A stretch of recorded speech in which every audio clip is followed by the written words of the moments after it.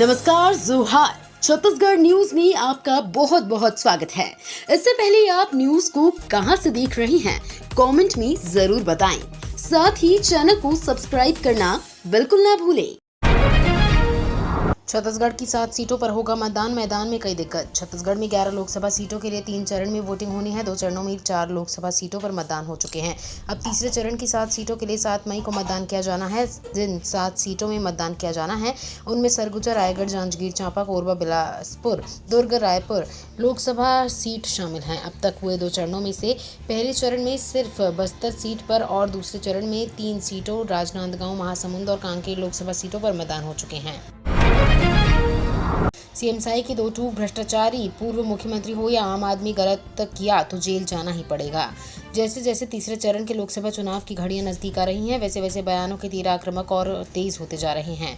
छत्तीसगढ़ के सीएम विष्णुदेव साय ने कांग्रेस पर निशाना साधते हुए आरोप लगाया कि विधानसभा चुनाव के समय कांग्रेस ने लोक लुभावन जन घोषणा पत्र जारी किया था, जिसमें 36 वादे किए थे। उनको पूरा समय मिला सरकार चलाने का, लेकिन एक भी वादा पूरा नहीं किया। साथ ही 5 सालों में कांग्रेस ने छत्तीसगढ़ को अपराध और भ्रष्टाचार का गढ़ बना दिया। महिलाओं को 1 लाख रुपए देने वाली कांग्रेस की घोषणा पर छत्तीसगढ़ मंत्री का तंज। छत्तीसगढ़ में लोकसभा चुनाव को लेकर सभी राजनीतिक पार्टियों द्वारा प्रचार बढ़ा दिया गया है। इस दौरान मीडिया से बात करते हुए मंत्री लक्ष्मी राजवाड़े ने मोदी की गारंटी के तहत प्रदेश में महतारी बंधन योजना के वादे को 3 महीने के अंदर पूरा किया गया है। इसके साथ ही लक्ष्मी राजवाड़े ने साल में महिलाओं को 1 लाख रुपए देने वाली कांग्रेस की घोषणा पर तंज कसते कहा कि कांग्रेस सरकार कभी अपने वादे पूरे नहीं करती है। उन्होंने अपने 5 साल के कार्यकाल में एक भी वादे को पूरा नहीं किया है। राष्ट्रीय अध्यक्ष जेपी नड्डा कल छत्तीसगढ़ आएंगे। छत्तीसगढ़ में 7 बची हुई सीट पर मतदान होना है। चुनाव को लेकर प्रचार प्रसार में बीजेपी ने अपनी पूरी ताकत झोंक दी है। वहीं इस दौरान लगातार ही केंद्रीय मंत्रियों का छत्तीसगढ़ दौरा जारी है। वहीं इस कड़ी में बीजेपी के राष्ट्रीय अध्यक्ष जेपी नड्डा आज छत्तीसगढ़ आएंगे। इस दौरान वहां आज सूरजपुर में बीजेपी के पक्ष में सभा को संबोधित करेंगे, जिसके बाद वो सरगुजा के भाजपा प्रत्याशी चिंतामणि महाराज के पक्ष में प्रचार करेंगे। इसके साथ ही आज वो प्रदेश की सूरजपुर जिले का कल दौरा करेंगे।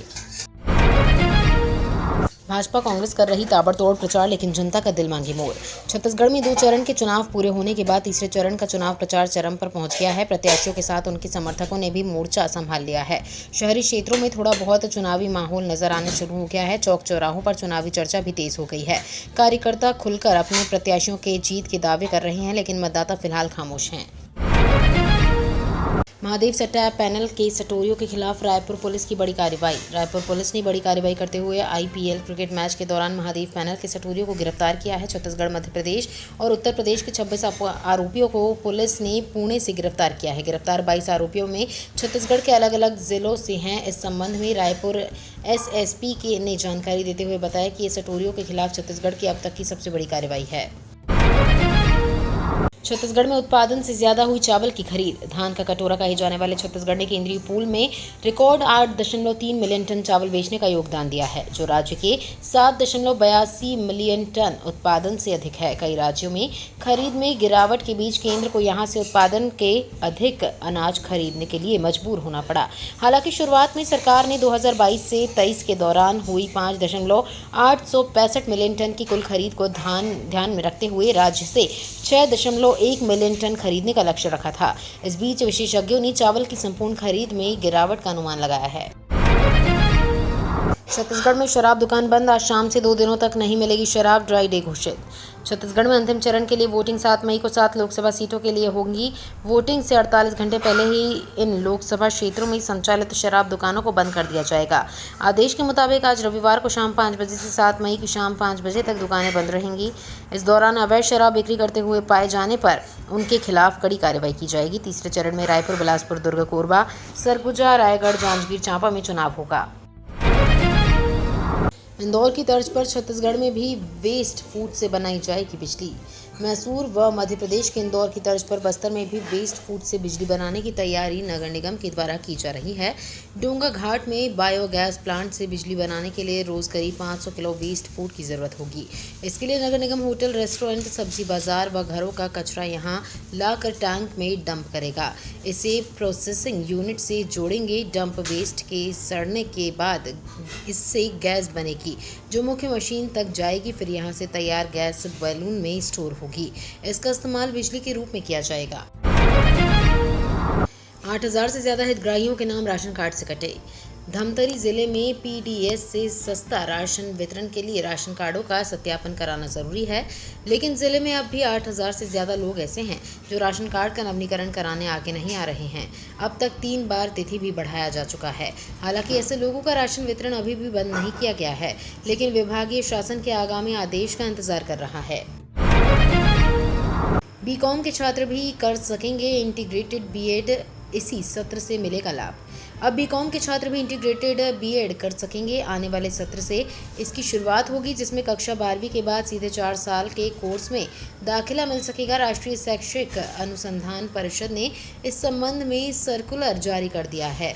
कोर्स का नाम इंटीग्रेटेड टीचर्स एजुकेशन प्रोग्राम होगा। एनसीटीई ने निर्णय लिया है कि इस साल से एकीकृत बीएड के नाम से संचालित बीए और बीएससी बीएड पाठ्यक्रम बंद हो जाएगा। छत्तीसगढ़ में मौसम विभाग में लू को लेकर जारी किया अलर्ट। छत्तीसगढ़ में मौसम का पारा धीरे धीरे ऊपर चढ़ने लगा है। मौसम विभाग ने लगातार बढ़ती गर्मी को लेकर कई जिलों में लू का अलर्ट जारी किया है। मौसम वैज्ञानिकों का मानना है कि आने वाले 4 दिनों के भीतर पारा 3 से 4 डिग्री तक ऊपर जा सकता है। इसके साथ ही आने वाले 7 मई को तेज गर्मी की संभावना जताई गई है। बता दें कि छत्तीसगढ़ में भी 7 मई को तीसरे चरण की मतदान है। पीएम मोदी बोले, ओबीसी कोटे पर डाका डालने में लगी है कांग्रेस। बिहार के दरभंगा में चुनावी सभा को संबोधित करते हुए प्रधानमंत्री नरेंद्र मोदी ने कहा, कांग्रेस ओबीसी कोटे पर डाका डालने में लगी हुई है। आरजेडी भी इसमें कंधे से कंधा मिलाकर चल रही है। 2007 में बिहार के शहजादे के पिता ने मुसलमानों को कोटा देने की बात कही थी। ये एससी, एसटी और ओबीसी का आरक्षण छीनकर मुसलमानों को देना चाहते हैं। धर्म के आधार पर आरक्षण कटेगा तो यादव कुर्मी समाज का हक बचेगा क्या? सरकार ने चुनाव के बीच प्याज पर लिया बड़ा फैसला, निर्यात पर लगी रोक हटाई। सरकार ने प्याज के एक्सपोर्ट से बैन हटा दिया है। सरकार ने प्याज के निर्यात पर 40% शुल्क लगाने का फैसला किया है। इसके साथ ही मिनिमम एक्सपोर्ट प्राइस 45,800 रुपये प्रति मीट्रिक टन निर्धारित कर दिया है। पिछले साल दिसंबर में प्याज के दामों में उछाल आने के बाद सरकार ने इसके एक्सपोर्ट पर बैन लगा दिया था। अब प्याज के दाम स्थिर हो गए हैं। ऐसे में सरकार ने इसके निर्यात से प्रतिबंध हटा दिया है। कांग्रेस सभी 11 लोकसभा सीटों पर जीतेगी, राहुल बनेंगे पीएम। वाड्रफ नगर में कवासी लखमा ने किया दावा। बलरामपुर जिले में 7 मई को तीसरे चरण में मतदान होना है। ये जिला सरगुजा लोकसभा सीट के अंतर्गत आता है, जहां बीजेपी प्रत्याशी चिंतामणि महाराज और कांग्रेस प्रत्याशी शशि सिंह के बीच मुख्य मुकाबला है। दोनों पार्टियां जोर शोर से चुनाव प्रचार में जुटी हुई हैं। कवासी लखमा और कांग्रेस के पूर्व प्रदेश अध्यक्ष मोहन मरकाम ने वाड्रफ नगर विकास खंड के रामनगर में चुनावी सभा को संबोधित किया। ये तो थी आज की बड़ी खबरें। अगर आपको न्यूज पसंद आई हो तो वीडियो को लाइक और शेयर करना बिल्कुल ना भूलें। धन्यवाद।